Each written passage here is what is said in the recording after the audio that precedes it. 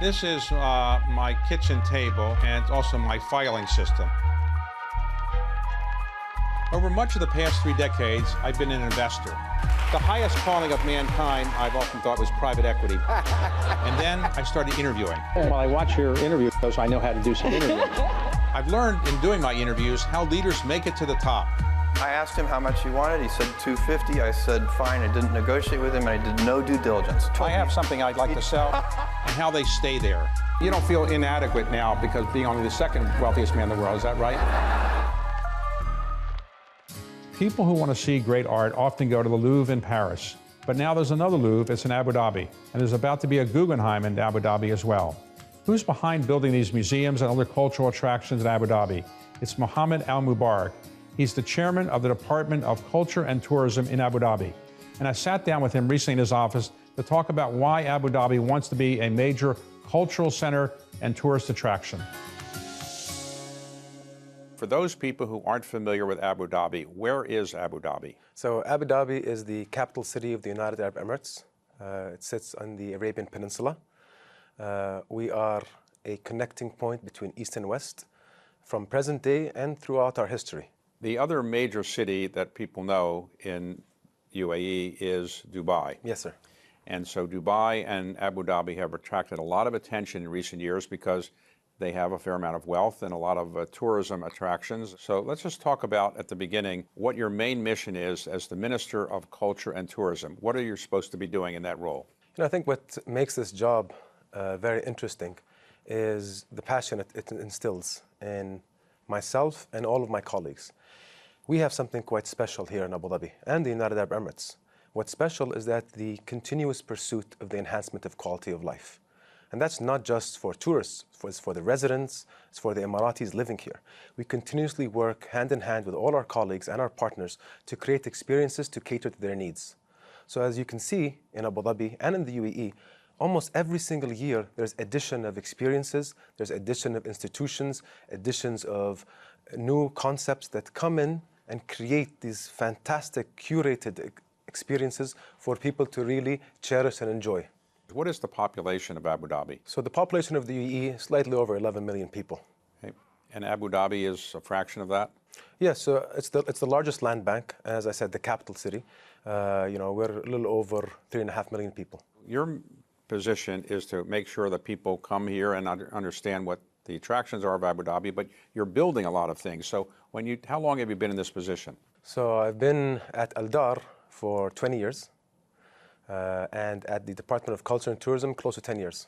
And, I'm very humbled and lucky to be working for a government that has visionary ideas. Their vision of investing in culture and culture institutions have not just been set forth in recent modern times, but from the inception of this country. The idea of basically enhancing it with entertainment projects that are theme parks, projects that are public parks, beaches, etc., has always continuously evolved through the development of the UAE and Abu Dhabi. For those who are not familiar with Abu Dhabi, when did it become, as part of the UAE, an independent country? So as a country, it's 1971, but its history and the history of its people have dated back for thousands of years. And the founder of the country was Sheikh Zayed? Yes, the late founder of the country, the late father, Sheikh Zayed Al Nahyan. He was a visionary man.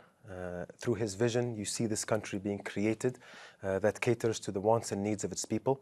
And, his story is continued on by his son, the current president, His Highness Sheikh Mohammed bin Zayed. When was oil discovered in Abu Dhabi? So oil was discovered prior to the formation of the country.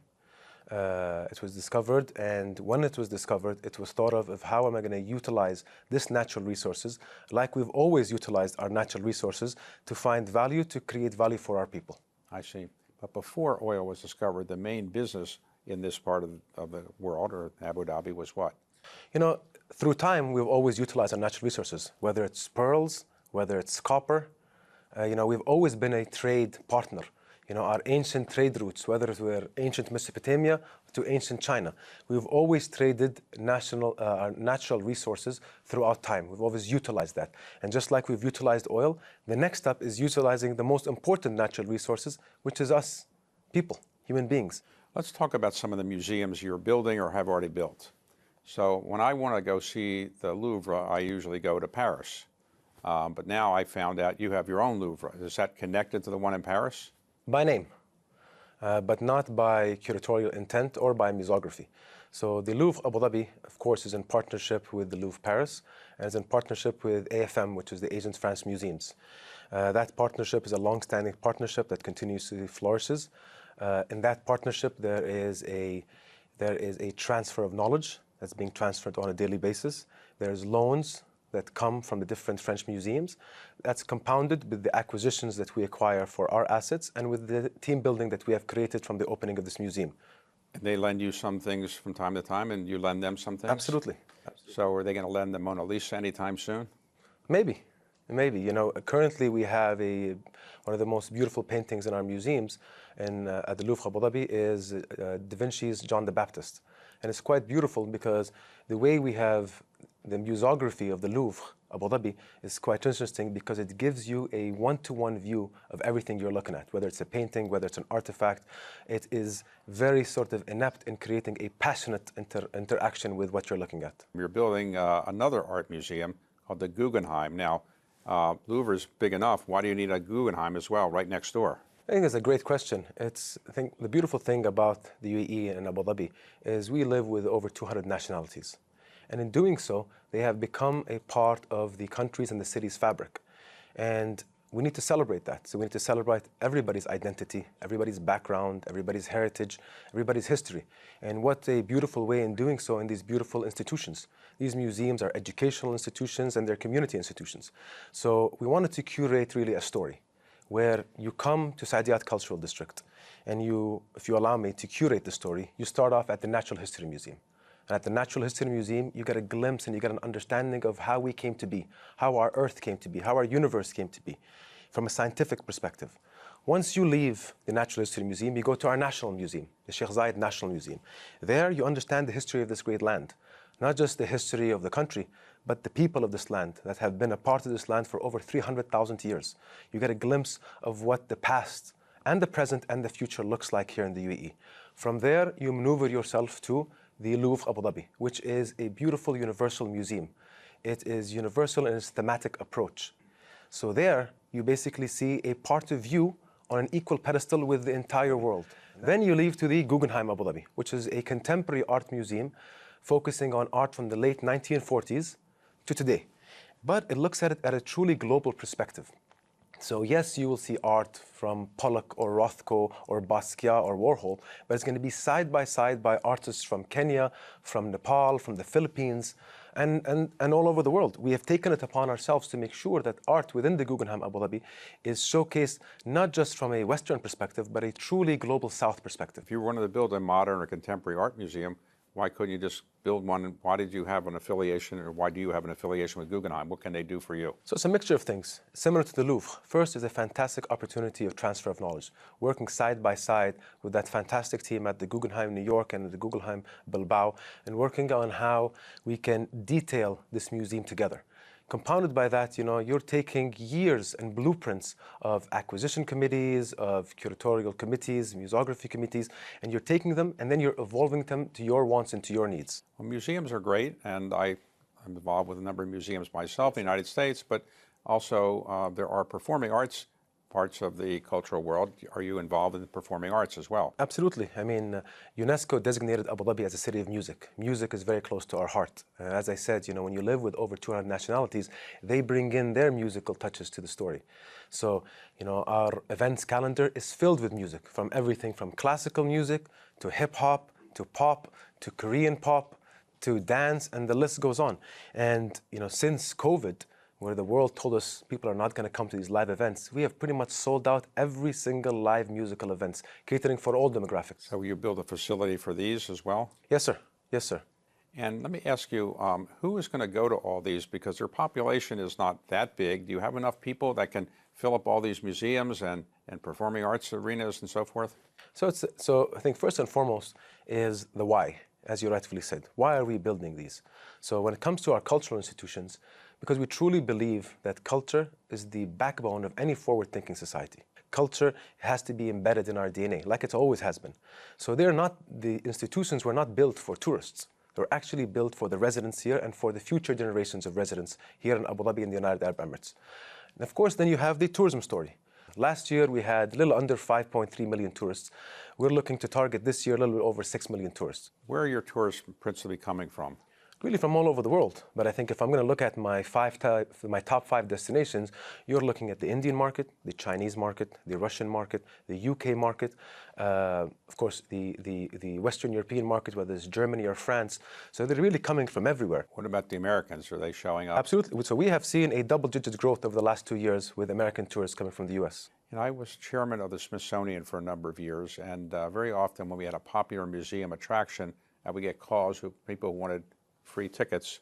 Tickets are free, but they wanted access. Do you ever get that kind of request? Yeah, and you know, the fact of the matter is, like I said, these museums are educational institutions. So first of all kids go in for free. All military personnel go in for free. Anybody over the age of 60 goes in for free. And then anybody who's doing research gets a heavily subsidized aspect of their ticket. They also get the right to basically enter all our research labs. So, like I said, they are educational and community facilities. What about private equity people? They go in for free? If they sponsor.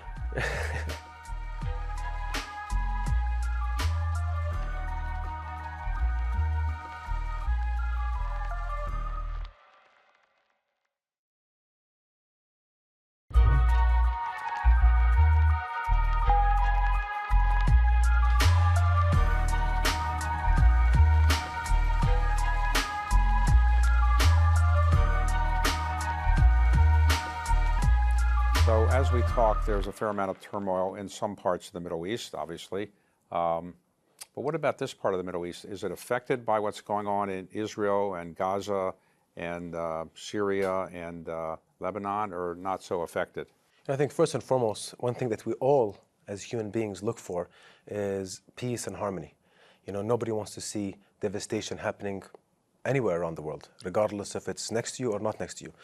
The United Arab Emirates is home to over 200 nationalities from all over the world, different religions, different backgrounds, and the focus is really on how we keep our community safe and make sure that basically we work with entire diplomatic ties to make sure that we can find a solution that caters for the wants and needs of the overall world when it comes to peaceful coexistence. Now, in the United States, there's a big concern about immigration into the country as a political issue. Yes, sir. Here, you have a lot of immigrants coming in.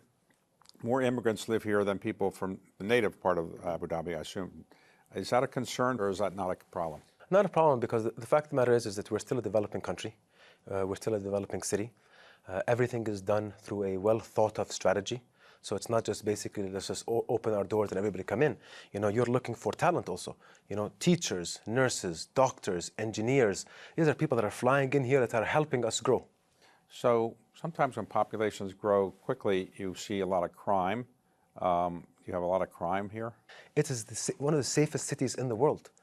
One, because there is a clear strategy and a plan for that. But two, everybody lives here, loves the way of life here. They want to sustain it. So everybody works hand in hand together to sustain that. So in Europe and the United States, you often see in major cities homeless people. I haven't seen any here, but maybe there are some. Is homelessness a problem? So when it comes to the local population, and this is where I always go back and say, you know, the government continuously works on enhancing the quality of life of the residents and the locals of the United Arab Emirates. So us as locals, you know, we have opportunities to get free land for our housing. So free housing, free Medicare, subsidized power and water, and a job opportunity. So you are given the tools to succeed. What you do after these tools is really up to you. Let's talk about your own background. So where were you born? I was born in Paris. Paris? Yes, sir. Paris, France. I moved back to Abu Dhabi and grew up here, had a fantastic upbringing. You know, the community, society was just amazing to be a part of it. Always seeing a sense of how leadership is so close to the people, on how it always wants to make sure that the people are comfortable and happy. You know, my mother did an amazing job with my siblings and myself. We're very close together. You know, my brother and my sisters, we're all a very tight-knit family. How many siblings do you have? So I have an older brother and 2 older sisters. So we're 4 of us. Your older brother runs Mubarak, which is an investment arm of Yes, sir. Abu Dhabi. And your sisters, are they involved in Abu Dhabi in some way like you are? So my sister, Razan Al Mubarak, she works for the environmental agency here in Abu Dhabi. She is an advocate of sustainability and safeguarding the environment. My other sister is a studied lawyer. And right now she has probably a very important job, which is focusing on her family. Now, your brother once told me that you have a big comic book collection.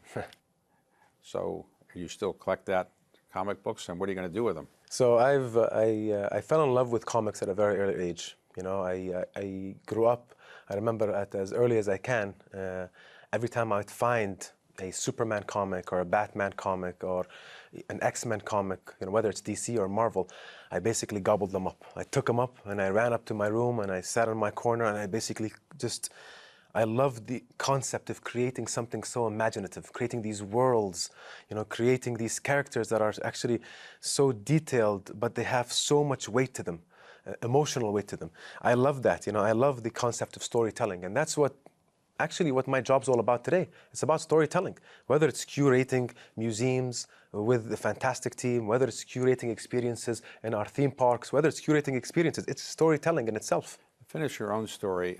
Did you go to college in the United States? Or yes, sir. So I went to college in Boston, in Northeastern University. Okay. Amazing 4 years of my life. And what did you study? I studied political science.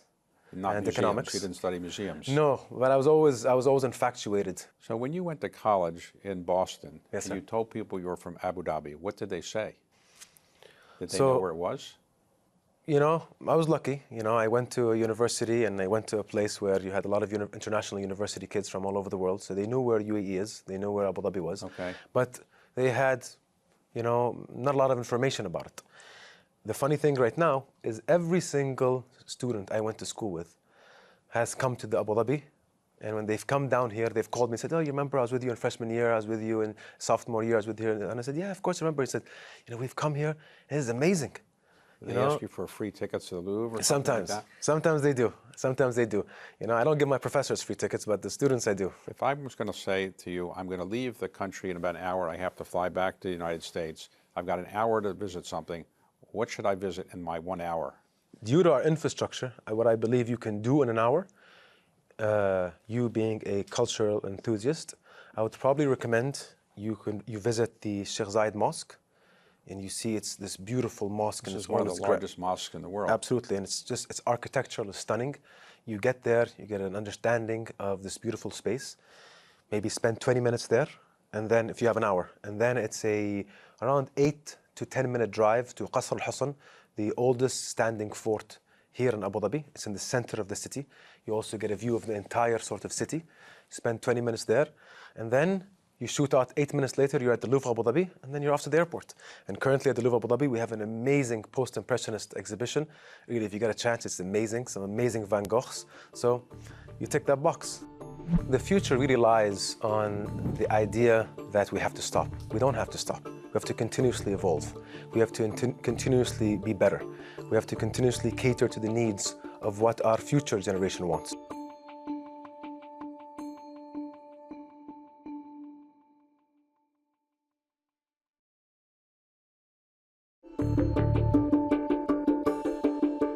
So Abu Dhabi is and UAE is part of what's called the Gulf Cooperation Council, which is a number of countries that are blessed with having some oil. I would say most of them have a fair amount of oil. They include Saudi Arabia, Oman, Kuwait, Qatar, and Bahrain. So are these other countries jealous, saying, hey, don't bring all these tourists just to your country because we want to have some tourists too, because they don't have anything quite like you have? Do they ever mention this to you?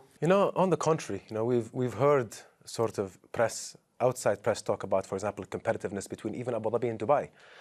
But the fact of the matter is we all are complementary. Similar to what we see in places like the US or even Europe, just because of the size of the US.